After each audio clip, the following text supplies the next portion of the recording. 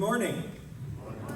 I'm the Reverend Jeff Frank, and on behalf of the congregation, I bid you all a warm welcome to St. Paul's Universalist Church on the occasion of one of our 4 yearly cluster services.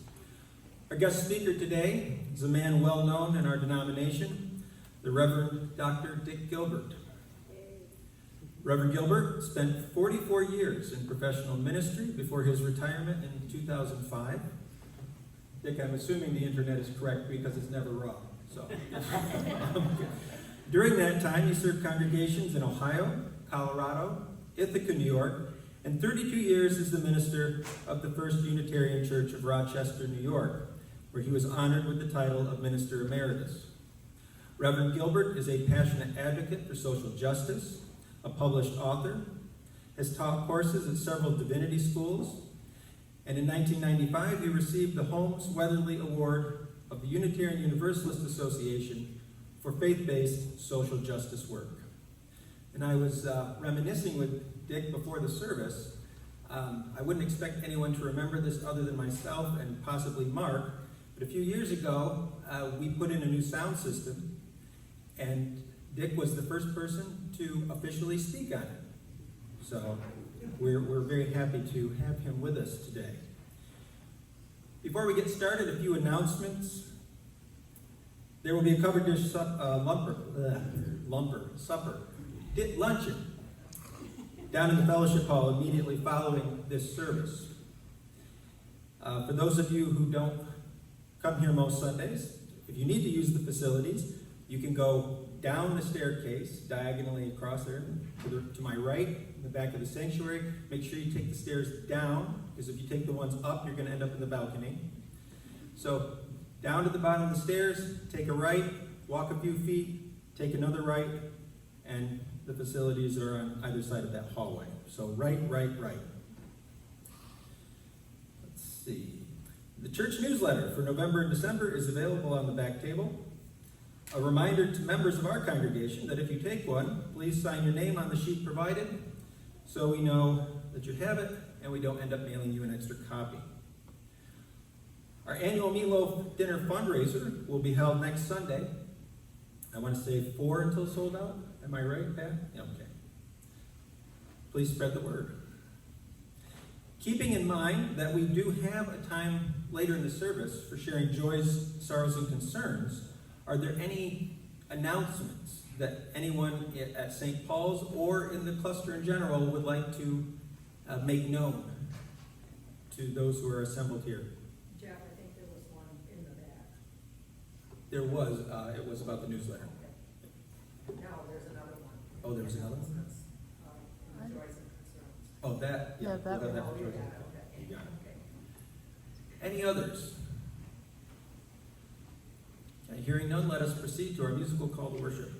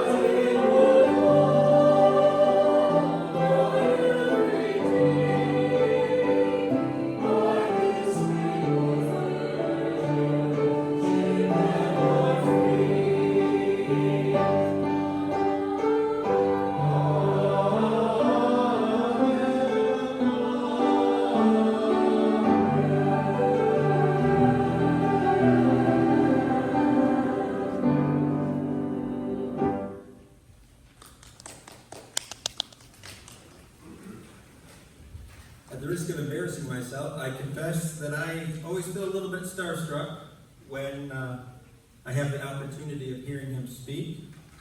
Members of the Mohawk Valley Unitarian Universalist Cluster, it is my honor and privilege now to turn the service over to the Reverend Dr. Richard Gilbert.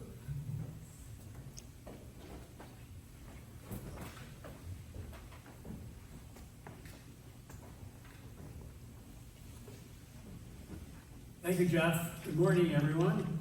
Good morning. I will make two confessions before I launch on the opening words. First, thank you to two gentlemen in this congregation who helped fix a windshield wiper malfunction which happened on the way down. Not a good thing on a rainy day. Probably just fixed now. And second thing is that I've had cataract surgery, so if you see me looking down at you strangely with my glasses, so you'll know I am between glasses. Maybe some of you have already been there. We bid you welcome, who come with weary spirit, seeking rest, who come with troubles that are too much for you, who come hurt and afraid. We bid you welcome, who come with hope in your heart, who come with anticipation in your step, who come proud and joyous. We bid you welcome, who are seekers of a new faith, who come to probe and explore, who come to learn. We bid you welcome, who enter this house as a homecoming, who have found here room for your spirit, who find in this people a family. Whoever you are, whatever you are, wherever you are on your journey, we bid you welcome.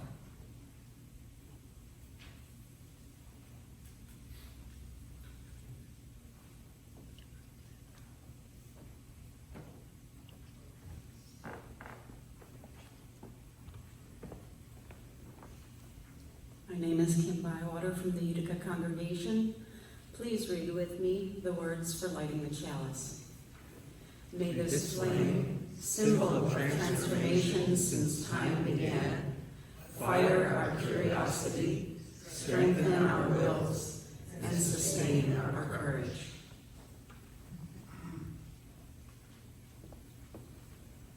Join us in our opening hymn, number 1 in the gray hymnal, May Nothing Evil Cross This Door.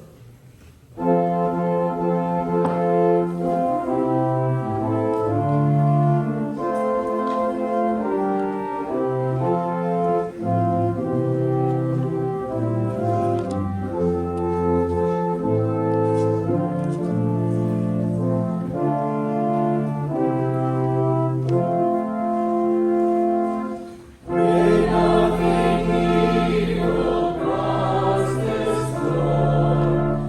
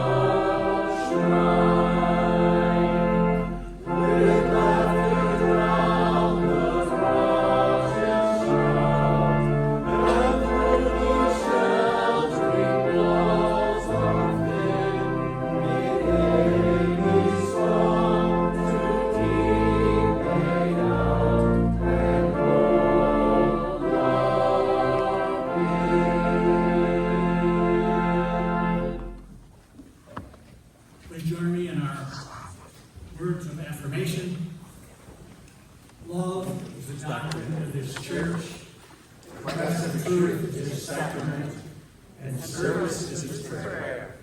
To dwell together in peace, to seek knowledge and freedom, to serve humanity in fellowship, to the end that all souls shall grow in harmony with the divine. Thus we covenant with one another and with our God.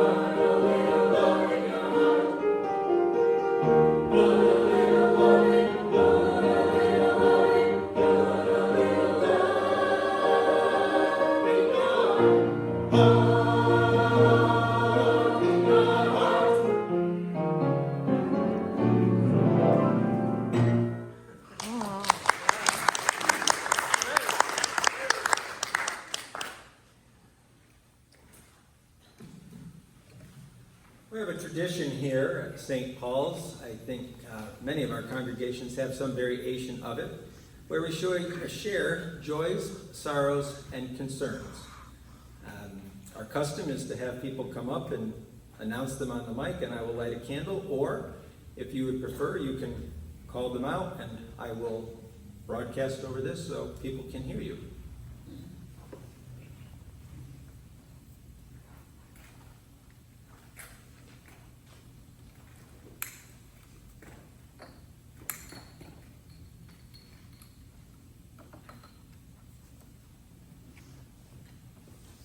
Have one written for this service. John Kittler. Celebrating the birth, I cannot get my vowels in order today. Celebrating the birth of his fourth grandchild, Simon Chang Kittler. Congratulations.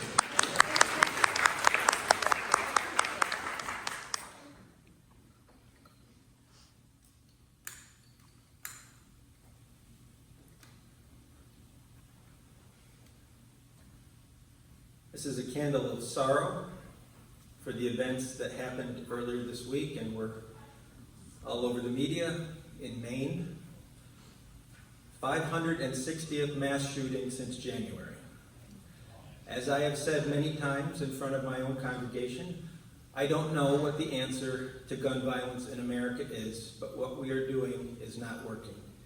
Our thoughts and prayers go with the victims, and although it may not be popular, the shooter, because mental health is a very real concern in this country.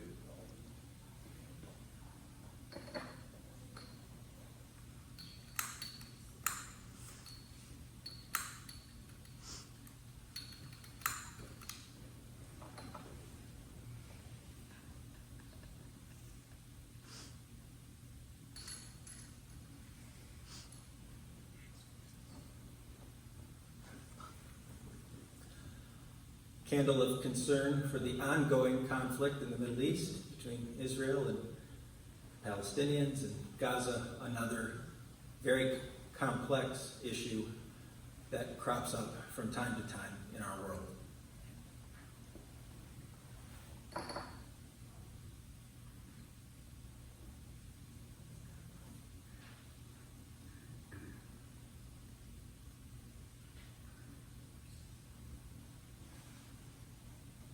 And we light a final candle for any joys, sorrows, or concerns that go unspoken but remain in our hearts and minds. And we will now give and receive the morning offering to support the work, the wonder, and the witness of this community.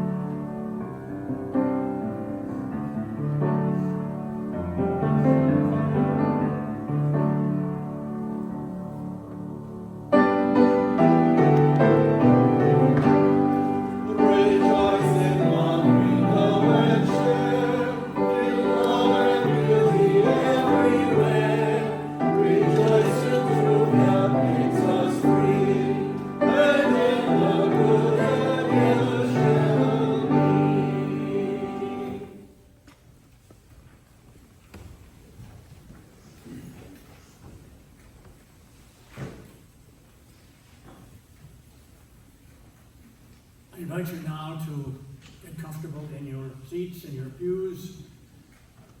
Take a deep breath. We've all been through a very rough week. Affairs near and far. And so be comfortable, take a deep breath, relax, and please join with me in the spirit of prayer and meditation.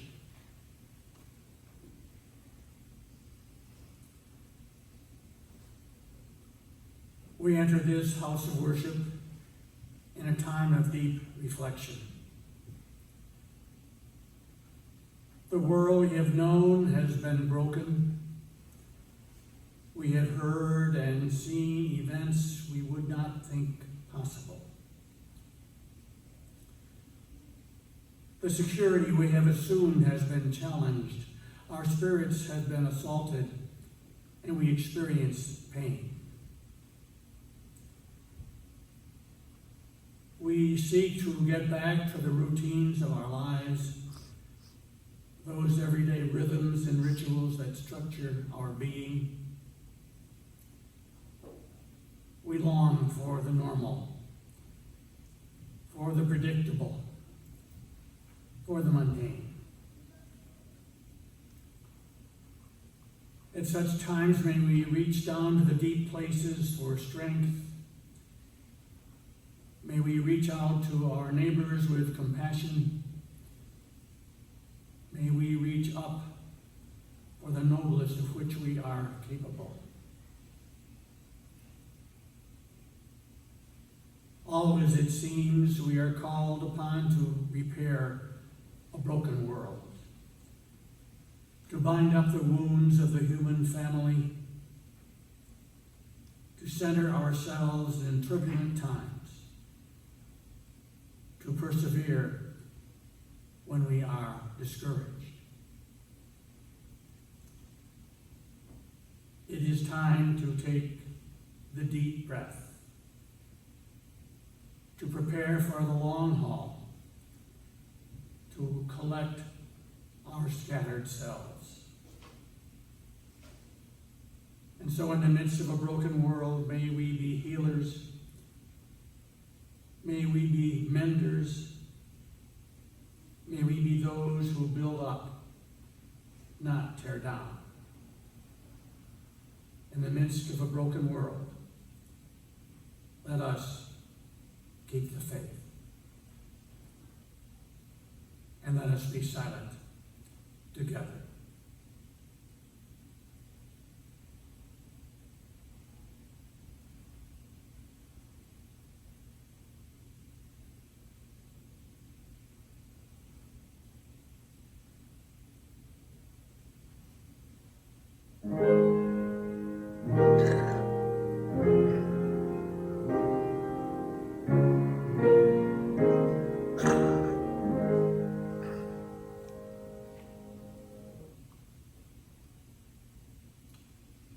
Amen.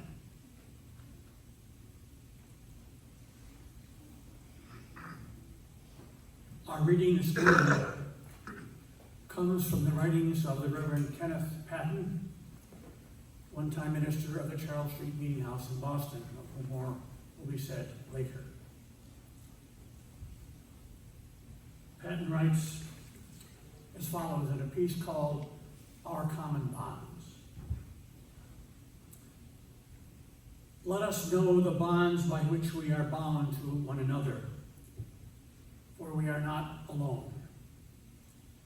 We are a road where our neighbors may walk. Our body is the bed of a stream through which flow the many waters of our world and our race.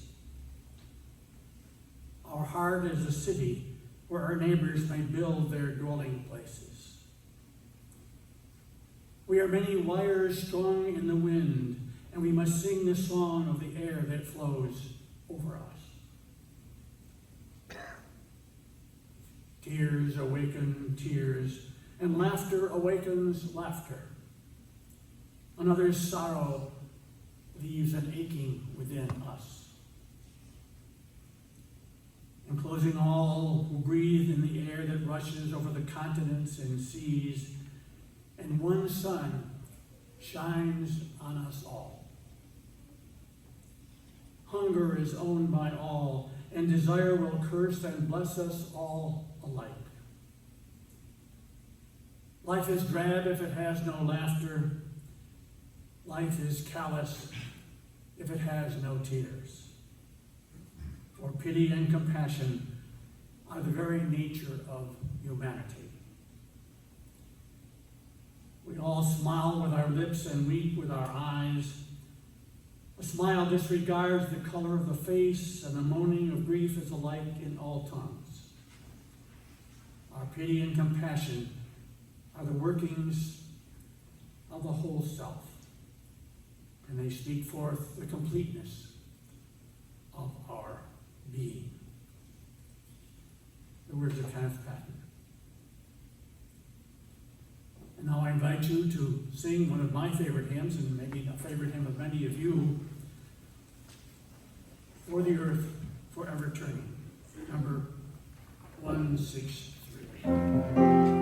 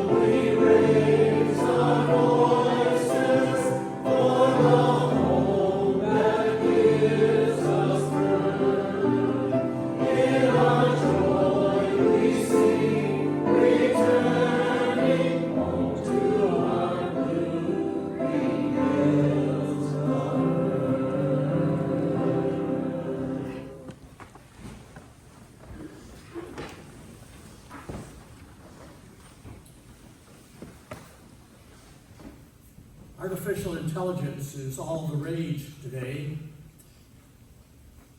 but there is not enough discussion of natural ignorance, which is far more widespread in the human race. Just look at the news any day and you will discover that. Happily, we have the comics, one of my first reads in the morning newspaper I received. Take, for example, a recent rendering by Stefan Pastis and his Pearls Before Swine. Any of you read Pearls Before Swine? Have it in your papers. Pig says to his friend, "Do you have any philosophy by which you live your life? Some set of beliefs you've picked up over a lifetime?" The friend replies, "Don't judge. Don't brag, don't worry, and greet everyone you know like it's the first time you've seen them in years." Pig asks, "Where did you learn all that?" To which his friend says, "My dog." Pig responds, "They may be gurus." To which Pig's friend says, "If she founds a church, I'll join it." And so will I, and you, I think. It has been said that the universe is made up not of atoms, but of stories. And I could tell you of the complex evolution of human beings from mere platypism to spiritual beings that we are. However, from my science teacher's son, I learned that it's not as simple as all that. Or I could bore you with a sociological treatise on how we are all somehow basically alike. And I could further expound on psychological theories of human differences and similarities. But lucky for you, I won't. I do hope to demonstrate, however, the wisdom of some very simple words from the psychiatrist Harry Stack Sullivan, a disarmingly simple proposition that we are all more human than otherwise. I do this through narratives for my experiential bank, a few deposits from 87 years of investment. Here I'm reminded of the words of my theological school dean up in Canton, Angus H. McLean. Perhaps some of you might have known him. He said, some people want the whole matter of religion done up in a neat little package tied with red ribbon and spend the rest of their Sundays exclaiming, "Oh, how sweet." Don't expect to put on a ready-to-wear religion at this church. Our business is in make-it-yourself kits. Here are some of my experiences from my DIY, do-it-yourself kit of principles. I'm a born Universalist and grew up in the Universalist Church of Bristol, New York, a little town not too far from my hometown now of Rochester. Despite growing up during the Depression and the Second World War, my childhood was a relatively happy one. Although I do recall one picture, not especially characteristic of me. I'm about 9 or 10 years old. I'm dressed up in an army suit because, after all, I grew up during the war. So one of the earliest photos of me, the would-be peacemaker, is of a little boy dressed up in an army suit with a wooden rifle which his father had made for him. Our community was so tight-knit that when one of us had a little accident I did on my tricycle on our open road in those days, the neighbor bound me up, called my mother, and sent me home. It was that kind of community. My main jobs in those days, at least church-wise, was in ringing the church bell, which was a matter of great pride for me, and teaching children just a little younger than I was in the so-called upper room, which was the place where the church rope for the bell came through. My high school years as a student athlete were very pleasant, exciting, and happy ones for me. And so even now, every month I set up a Zoom meeting with my classmates spread from Vietnam to Florida, Pennsylvania, Massachusetts, and beyond. That is before a group of us still have lunch together. That's how close-knit we were in those days. My little world quickly expanded when I attended a church camp, Unirondack. How many of you know Unirondack? Good, okay. There I met not only other Unitarian Universalist youth, but youth of other races and nations and ethnic backgrounds. This bit of cognitive dissonance came from the so-called World Citizenship Camp, which was intentionally interracial, international, interethnic. And a former member of this church, Howard Gilbert, and a former religious educator in this church, Lucille Smith. That's another Lucille. Lucille Smith, they were the organizers of this camp. And it was a marvelous experience. Me, a little kid from a little town in western New York, meeting kids from all over the world with different ethnic and racial backgrounds than I had ever known. Well, do I remember the reading that we used there, this group of disparate kids, junior hires? It's a bit more theistic than I am, perhaps theologically, but it is humanistically wise. It was entitled, "And No One Asked." This is just a few rewritten segments. In the beginning, God created the heaven and the earth, and God said, "Let us make a human being in our image, after our likeness." So God created human beings in the divine image. Were they white, yellow, or black? Were they Catholic, Protestant, Jew? And no one asked.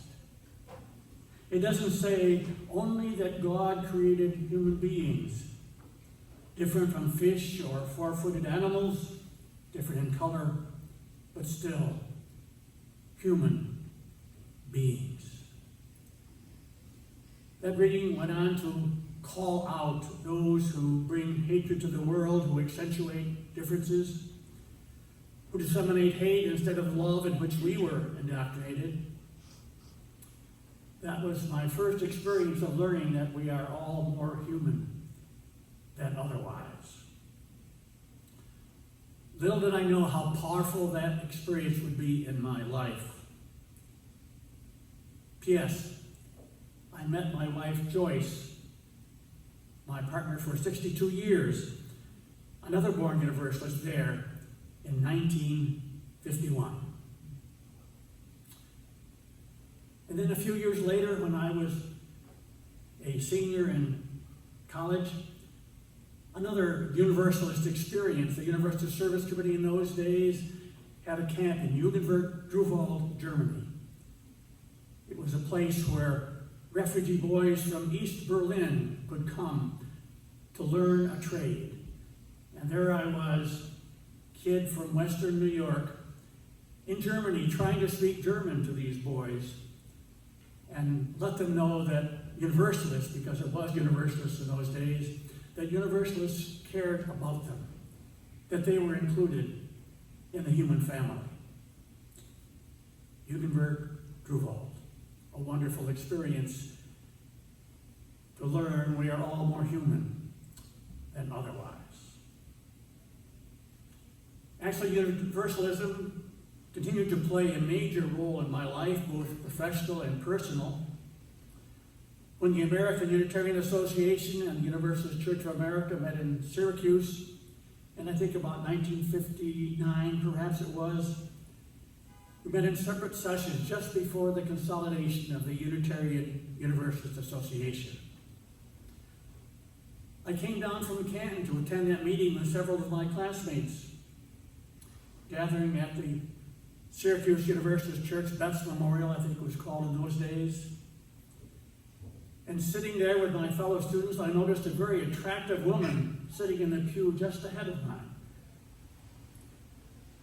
I married her 62 years ago. We both came to understand that we are all more human than otherwise. During another gathering of the Klan in Boston, this is the UU Klan, I came across Kenneth Patton, whose reading you heard this morning. An irascible but very creative minister, whose Charles Street meeting house was a literal symbol of our common humanity. I can see it now. The worship space was circular. We sat in chairs around a circle where there could be dance and music. Around the balcony circling this circle were the banners, were the symbols of many of the world religions that Patton had collected in his travels around the world, and he'd come back, and artisans in the church had rendered them into religious symbols which were on display. A very graphic statement of our common humanity.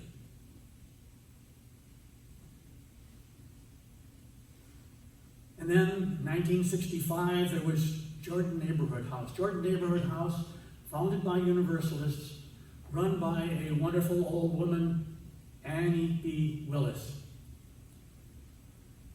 This was a program in the black section of Suffolk, Virginia, where Universalists had a long history, with Joseph Jordan being one of the first ordained Universalist ministers of color in our movement and our history. We were there with 8 white teenagers and a black social worker from Chicago. We were there to show the children of Jordan Neighborhood House that Universalists cared, that we had their backs, essentially. My wife, Joyce, was one of the first Head Start teachers. Although she was a high school English teacher, she taught kindergarten, nursery school for these children. And I will remember the upset that we caused in the community of Suffolk with the police department and the sheriff. The sheriff one evening visiting us because we had boys and girls in the same house. These were suburban middle-class teenagers living in a country house of one black member of the Jordan neighborhood community. In one day, we exhausted the total water supply of that place. You know, teenagers and their showers. The sheriff came to visit us one night because there were boys and girls in the same house, and he was very worried. If you had known those young boys and those very mature high school girls, you would have been more afraid for the boys than for the girls. And then one day, my wife was picked up by the police, the Suffolk Police Department, because she was speeding in a Volkswagen microbus with 8 teenagers up a hill in Suffolk. And we knew it was not a traffic stop. It was a racial stop. And I remember the time going to the police station not to bail her out. I didn't have to do that because there was a reporter from the Norfolk Times there who thought this was a very interesting story. And so Joyce happily was released to my custody. And that was just one of the stories. 1965, Suffolk. On our last night there, we had a big dinner at a local restaurant. This was 65 after the public accommodation laws had been passed. We'd made reservations. We had a special room for our whole group, which of course was very much integrated as to race. And we noticed the service was very slow and very sullen.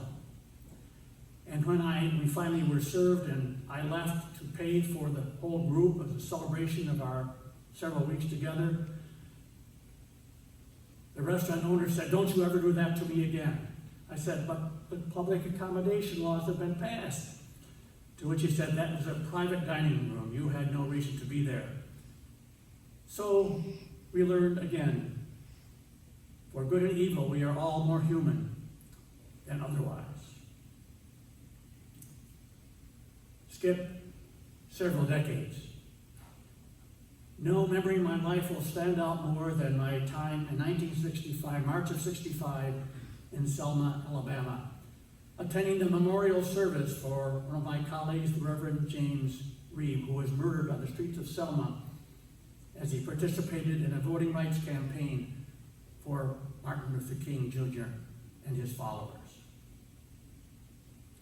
I was then a PhD student at the University of Chicago, and our denomination's Board of Trustees invited all ministers to head for Selma for this memorial service, and so I boarded a plane with many others, and we left, flying into Atlanta in the darkness, driving through the night to Selma. It was an amazing sight. The sun had come out, bright blue sky, and we marched down a kind of gauntlet of Alabama state troopers with their 4-foot truncheons, their clubs, tapping them in their hands as if they wanted to use them on something else. At the same time, we were outnumbered by this presence of Alabama police. We were cheered by the black and white members of the civil rights community as we marched down this gauntlet. And then I will never forget standing in the anteroom behind the pulpit because Martin Luther King Jr. was to deliver the eulogy for James Reeb. And I heard a stir behind me. The church was too crowded for me to get into the sanctuary.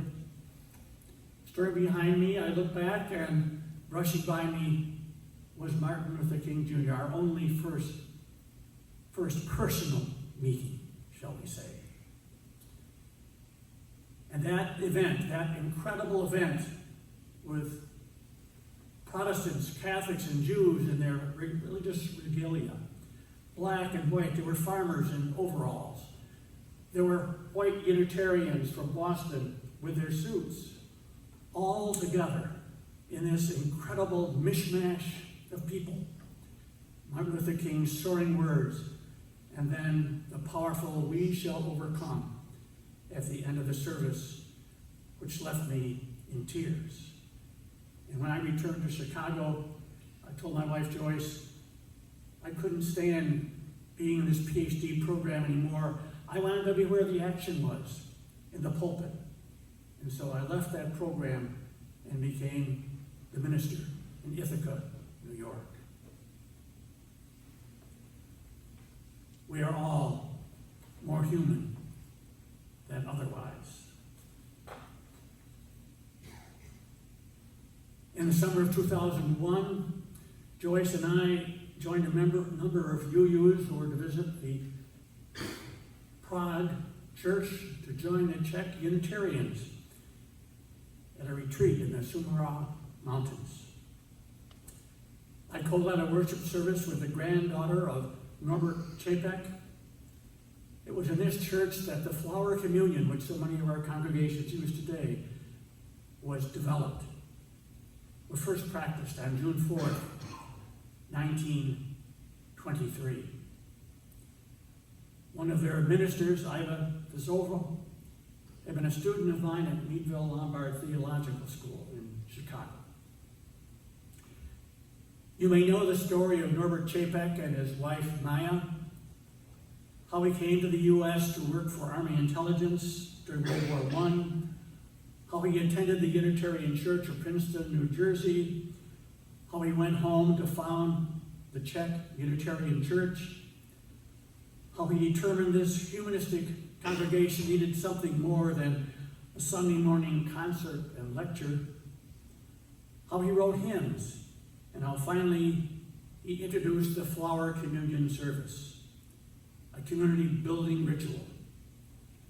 And then finally how he was imprisoned by the Nazis and executed. But before his death, Dr. Chapek's courage in the face of the torture and starvation were a source of inspiration to his fellow prisoners. And while in the camp, Chapek led the prisoners in worship, using the flower communion as the ritual, each prisoner bringing such flowers or other objects of natural beauty as they could find. And at the end of the war, the prisoners in this internment camp who survived testified that Chapek could not have been found in a better spot, where he was more needed. Fortified by his words and his example, they held together despite the grim rigors of the camp. We are all more human than otherwise. In 2004, Joyce and I traveled with a group of UU musicians in Transylvania, now in Romania, formerly a part of Hungary, and the birthplace of Unitarianism in the 16th century. It was there that the only Unitarian king in history, John Sigismund, reigned, and he proclaimed in 1568 the Edict of Torda, declaring religious freedom throughout the realm, another Unitarian Universalist principle. In that intolerant century, Francis David, successively Roman Catholic priest, Calvinist, Lutheran, and Unitarian minister, won the king over in the debate at Torda. Tradition has it that the Trinitarian Melius said to the Unitarian David, "If I win this debate, you will be executed." After a brief pause, David is said to have said, "And if I win this debate, you and everyone else in this land will be given complete religious freedom and the tolerance due to every child of man." David may have been a Unitarian, but he had a Universalist view of the world. Our group performed 4 concerts, not with me singing, thank heaven. But in 4 concerts in churches that varied from the cosmopolitan Kolosvar in Romania and Budapest in Hungary to the remote village of Cerc-Deres, sharing the gospel of Unitarian Universalism.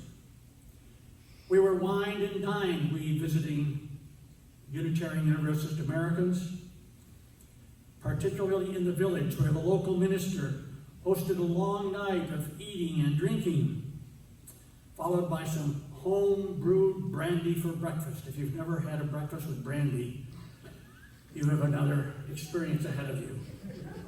It was powerful, but it was warm. Our choir spontaneously sang Mozart's Ave Verum in the very church where Sigismund declared the Edict of Torda. It was a moving moment, another reminder that we are all more human than otherwise. In 2010, Joyce and I went to India to attend the 33rd Congress of the International Association of Religious Freedom. Unitarians and Universalists were part of the foundation of that group, the IARF. There we met, as less innocent adults, a wide variety of groups, different in race, religion, and certainly in lived experience. Founded in 1900, the IARF is a liberal religious community of all the world faiths traditions. Of the 102 official delegates, 28 came from South America, Europe and Middle East, 23 from East Asia, 18 from North America, and the rest from other places around the world. There I sat, amazed to see Christian and Jew, Jain and Sikh, Hindu and Muslim in one time and in one place. The 2 co-chairs of the India IARF were a Hindu and a Muslim. In IARF, there is no they. Prior to the Congress, we took a guided tour of Hindu temples in southern India. Impressive structures awash with people, including tourists like ourselves. What greeted our eyes at bus stops was truly amazing. There was a sea of Hindu women in their very colorful garb, saris, mixed with the black burqas of the Muslim women. Sadly, now the Hindu government practices a kind of Hindu nationalism. And I hear they have a dispute with Canada as well. A worry about Christian nationalism in our own land when one religion becomes dominant. But back to India. In the midst of this teeming mass of humanity, we found the Unitarian Church of South India, founded in 1795 and still worshiping community.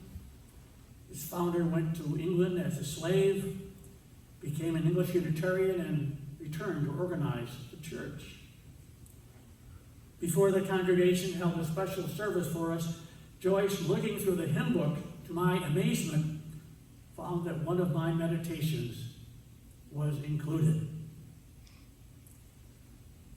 The Congress met in Kochi, India, a kaleidoscope of humanity at the Pope John XXIII Auditorium in a Catholic retreat center. The opening session was addressed by the Dalai Lama, whose exiled Tibetan Buddhist community lived a few hundred miles to the north. I was moved not only by his message, but by his personality. If you've ever heard him or seen him on television, he is an amazing human being, smiling, laughing, despite the fact he has been taken out of his own land, and persecuted. A very charismatic human being. His laughter and smile were infectious. And one time he said, "For me, human beings' ability to smile is one of our most beautiful characteristics. It is something no animal can do, not dogs, or even whales, or dolphins." I'm not sure about that. Check that with your local scientist. My son is a little doubtful, but the Dalai Lama did find out that smiling was so essential to reminding us that we are all more human than otherwise. In one of our workshops, the Swami observed that toleration is an inferior ethic. To tolerate differences with another represents us being condescending. You are wrong, but I will tolerate your right to be wrong. Whereas respect for the other's point of view, is a far more compassionate and universalist value. Our free faith teaches us to look not for the lowest common denominator among people, but the highest common denominator possible. That we are all more human than otherwise. What did I learn from these experiences? There's a need for a free faith which transcends creed and stresses deed. There's need for a free faith that transcends race and emphasizes our commonality. There is a need for a free faith in a broken world and a divided world that reminds us that we are all planetary citizens. We are all in this together. There's need for a free faith that transcends our differences of gender and class and nationality, reminding us that we are all more human than otherwise. There are many more such stories. One in particular stands out. When our younger son's house burned a few years ago, I got to know the workers who restored it. It was an evangelical church group whose special mission in the world was to help restore burned out houses. I had many chats with their supervisor, who was an evangelical, born-again Christian minister. At the end of their work, this born-again Christian said he hoped that I come to believe that not all evangelicals are nuts, just as he came to believe that not all Unitarian Universalists are flakes. We are all more human than otherwise.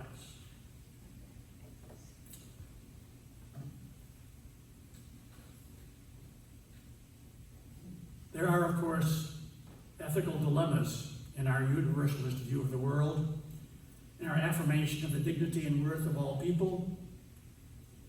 For example, do I have compassion for Donald Trump, who represents to me a clear and present danger? We may have different opinions about that. This is mine, and I fear for our democracy. And as a universalist, what can be my attitude toward him? Or how do I explain my views on the war in Ukraine? While I support the existential struggle of this nation against Putin's cruel aggression, I find that I mourn the death of Russian soldiers just as much as I mourn the death of the Ukrainian soldiers and the families. Do they not all have families who grieve? And even more recently, where do I stand on the Middle East? People want to be put into camps of Palestinian, pro-Palestinian or pro-Israel, and cannot see the common humanity that people are being sacrificed by the arrogant leaders of the various parties. Israel and Palestine, a nuanced issue, a tough reminder that it is so difficult to be more human than otherwise. Well, I leave you with a story of Hiroyuki Kono, a worker at the Fukushima Daiichi nuclear complex in Japan. Just over a dozen years ago, you will recall, it was hit by a tsunami. Since he was unmarried and had no dependents, he and the others in the so-called Fukushima 50 risked their lives disabling that plant. Donning protective clothing and using sophisticated instruments, they went into the bowels of the reactor to protect others from its deadly radiation. In explaining why he risked his life for his nation, he said, "There's a Japanese expression. we all eat from the same bowl. These are friends I shared pain and laughter with. That's why I'm going. We all eat from the same bowl. What a powerful expression of our common humanity. Our world seems to dangle these days on the edge of cataclysm every day. Well, you may have noticed, despite apocalyptic predictions, the world has not yet ended. You may have noticed. We're still here, struggling to pull it back from the ragged edge. Our common predicament reminds me of a favorite cartoon of a man in sackcloth bearing a sign with this inscription: "The world is not coming to an end. Therefore, we must suffer along and learn to cope." And that is our task. In a world divided in so many ways, we must make sure the world does not end by our own hands. We must suffer along and learn to cope. To remind ourselves that we all eat from the same bowl, that we have common bonds with all, that we are strings of one harp, that we are all more human than otherwise.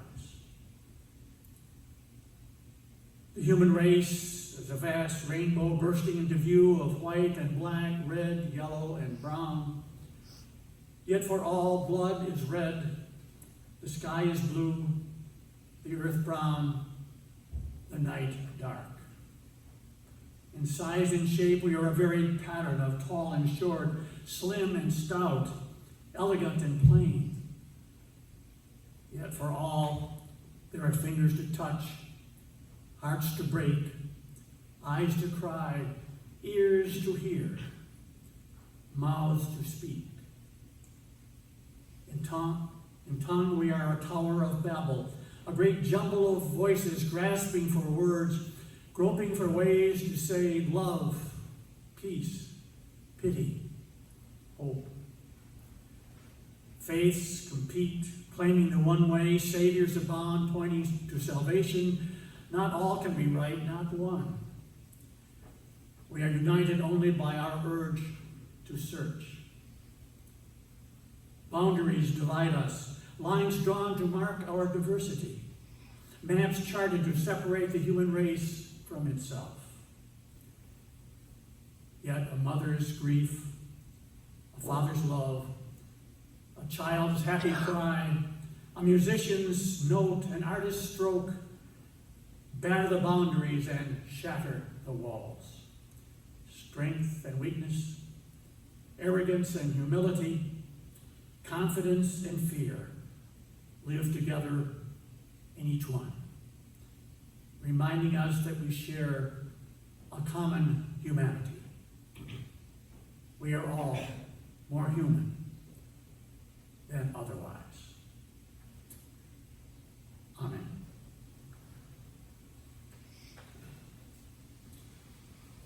Our closing hymn is number 322, Thanks Be for These.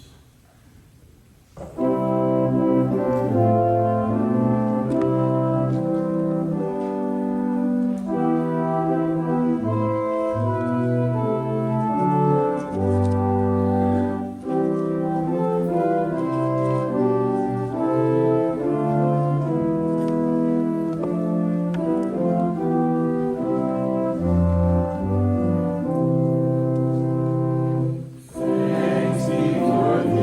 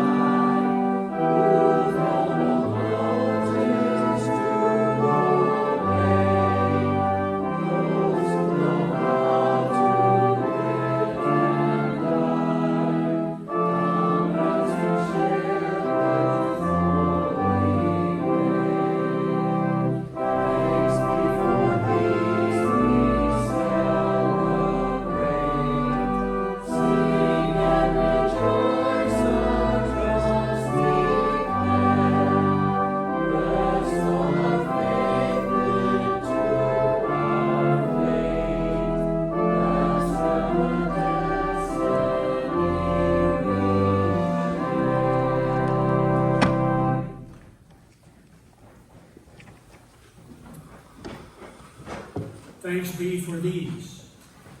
Thanks be for truth tellers and angry prophets. Thanks be for those who labor quietly to serve humanity. Thanks be for the opportunity to take from our abundance and share for those in want. Thanks be for the spirit of generosity and justice that is in us this day. Thanks be for all that which we have already accomplished, and thanks be for all those things yet undone. Thanks be for these. Amen.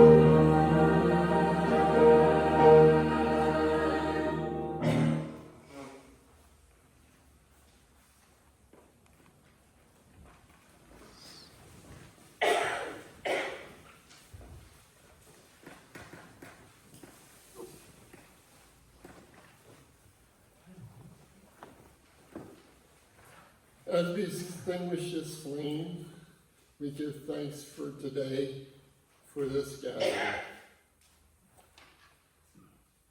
We extinguish this flame, daring to carry forward the vision of this free faith, that freedom, reason, and justice will one day prevail in this nation and across the earth.